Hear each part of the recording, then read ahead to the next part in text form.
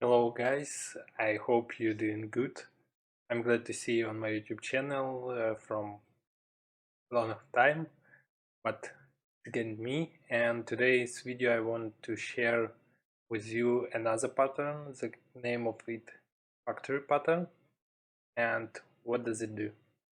In general, organizing our code is a huge problem and we need to take care of it. And if we do it good, it saves us from a lot of pain. So it's better to think about it twice before create something. So using different features for object-oriented programming, we can implement certain design patterns to achieve better readability, reduce redundancy, and create abstractions, if needed, of course. And one of these patterns is factory pattern. The factory pattern is a type of object-oriented programming which follows the drive principle. I hope you know this, but for some of you who doesn't know it, the drive principle is like the basic principle of programming that do not repeat yourself. That means that if you're doing some certain thing like in few times, then you need to think about it and how could you refactor it. So move to the function, or if you call a instance of object, like create different instances of object like 10 times, then you probably need to do something with that, and in such case the factory pattern could help you. That's a good thing. But what is the when is a good way to use it? So when our object or component tab involves a high level of complexity, so we need somehow structure our code and make it more clear and readable. When we need to easily generate different type of instances of object depending on the environment we're in, when we are working with many small pieces of objects or components that share the same property, and etc., I would say. But when do not, like, we shouldn't use it, when we applied the pattern in a wrong way, it could bring us more problems than we solve. So we need to think about it carefully and twice. Let's start implementing our basic example of factory pattern. It's not gonna be something difficult or crazy, but I will do it on the easy examples that we usually see. For example, we have different vehicle types. I will create some kind of enum, but in JavaScript. So we have type car. The second one is gonna be motorcycle.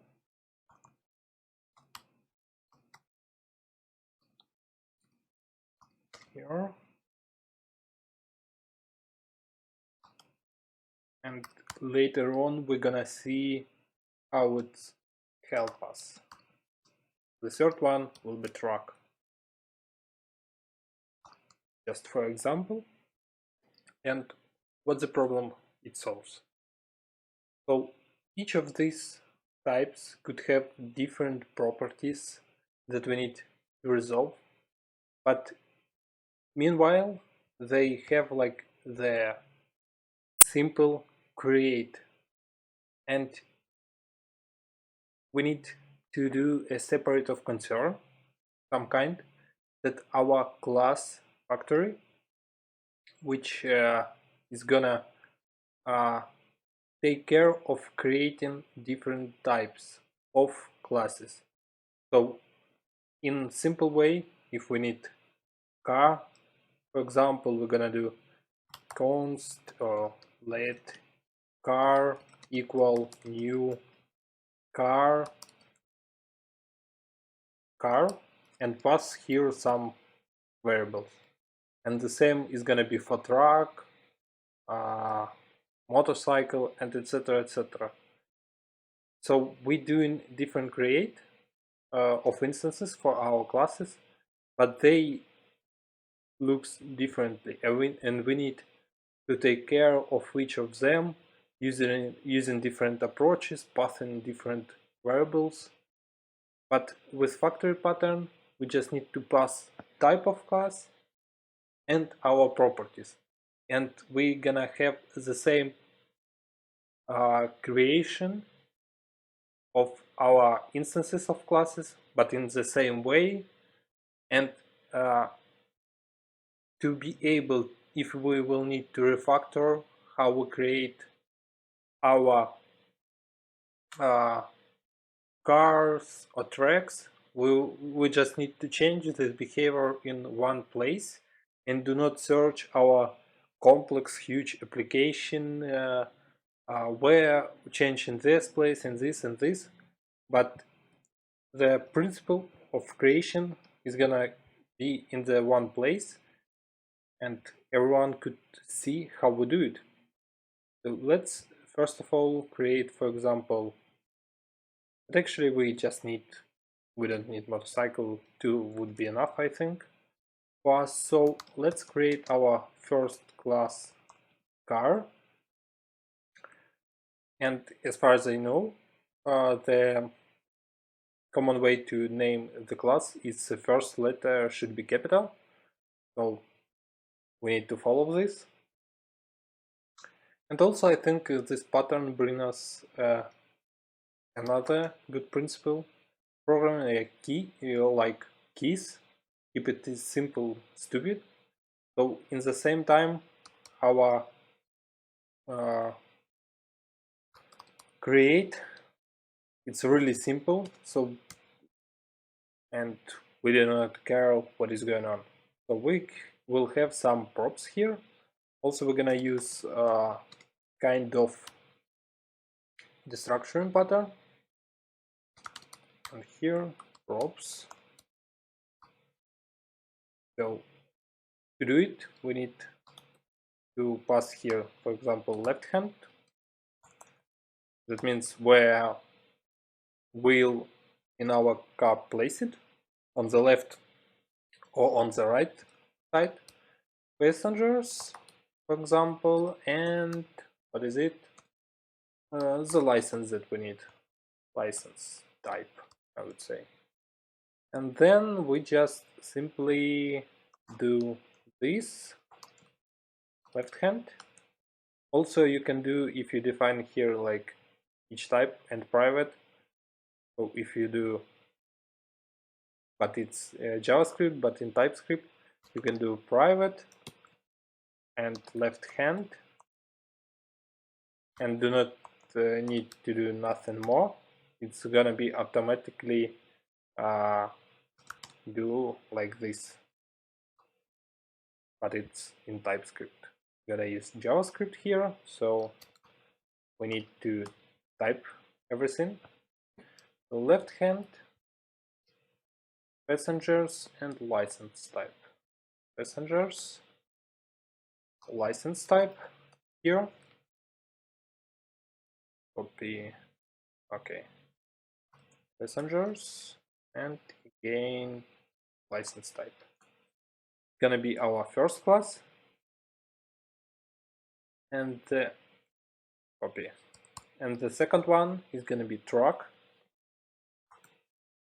Track, but truck is typing like this. Truck. I hope.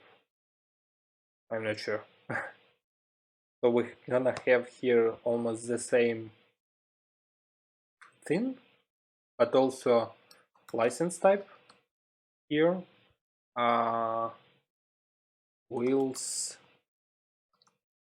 count. Let's do like this, and capacity that our truck could carry. We have license type, put it in the same order, wheels count, and here capacity. Okay, it's our two basic classes.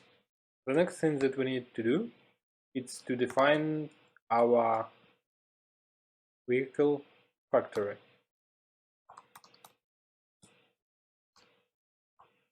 Like this. And in constructor, we could use constructor or just create a method, because if you take a look on the diagrams, usually they draw it that you have abstract factory, concrete factory, and concrete factory has method create, but in my mind create it's the same as constructor would be. So, and in our example, I don't think that we need method create instead of constructor. So here we're gonna have type and props that we need to have, and then we simply do here if, because we have just two of them, but if you have more you could do switch or any way you like. So here we just compare the type that we pass with our vehicle types, and if it's car, then we do in return here new car, so creating a new instance of our class, and pass here props. That's what, oh, we don't need here. I love functions. And here else, but also I'm not sure that it's a good practice to have like this if you just have simple ifs. So I'm not sure that it's better if just have if here. So here for truck we're doing the same. Truck, and as you can see, it's pretty simple. We have the thing for creating our instances of classes in one place, and it's easy to support. It's clear for all where our factory is. So if we need to do here something, like to do some calculations before create an instance or something, we just need to do it in one place, and we do not need to take care about this in different places. So it's much easier to support, and that's what we have. So let's define, for example, car 1. It's gonna be equal new factory with type. Also here we need to pass like this, so our types will be the same. And here we're gonna have our object, left hand, for example, false. What else do we have here? Passengers count. It's gonna be 5, and license type, I would say B1. I'm not sure what, in different countries we have different license types, I think. I'm not sure. And let's define here car 2. Here we're gonna have true, 6, and B2, for example. And let's define one truck, const truck 1, new, almost the same, truck. And here we're gonna have an object that we need a license type Q1. Also in TypeScript it's much easier, and it's more transparent because you have interfaces for everything, so it's more obvious what you're doing. And you can create like abstract factory and classes because you just have to implement some interface, and it's gonna take care of everything too. So if you're interested about that, take a look and try by yourself to do it. We'll count 12, and capacity I would say like 20,000 kilos, like this. Skip it. And let's gonna print them.